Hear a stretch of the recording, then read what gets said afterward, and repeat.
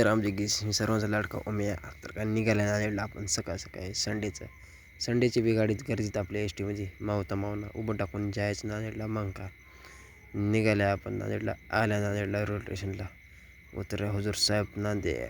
मग काय आल्या दुकानकडे बॅनर वगैरे लावले होते बाहेरच शंकर भाऊनं. मग काय बसल्या निवांत दुकानमध्ये. आज काय रविवारची गिऱ्हाईक नसते काय नसते जास्त.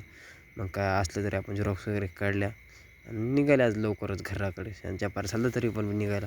मग काय एस टीची वाट बघितली नाही काय ना. आज घरला अर्जंट काम आलं होतं. मग कामानिमित्त आटूनच पकडून आपण आल्या घराकडे. आल्या वाजेगावला बघायला काय एक का कुत्रं नाही ऑटोवाला गावाकडे जाण्यासाठी. मग काय वाट बघून तेवढ्यामध्ये आली आपली लालपरी.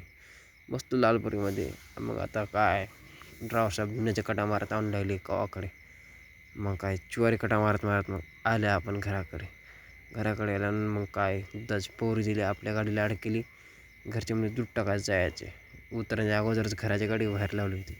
मग काय आपण टपर बांध के आले आपण दूध वगैरे टाकलं.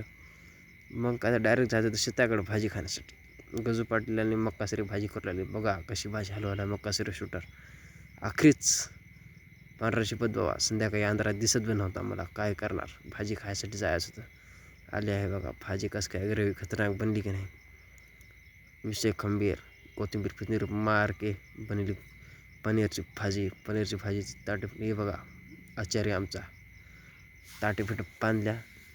मग काय कांदा चपात्या खाली. मग काय आम्ही खाता आता पनीर भाजी. तोपर्यंत मी आपल्या ओमेला फॉलो करून घ्या. जय श्रीराम.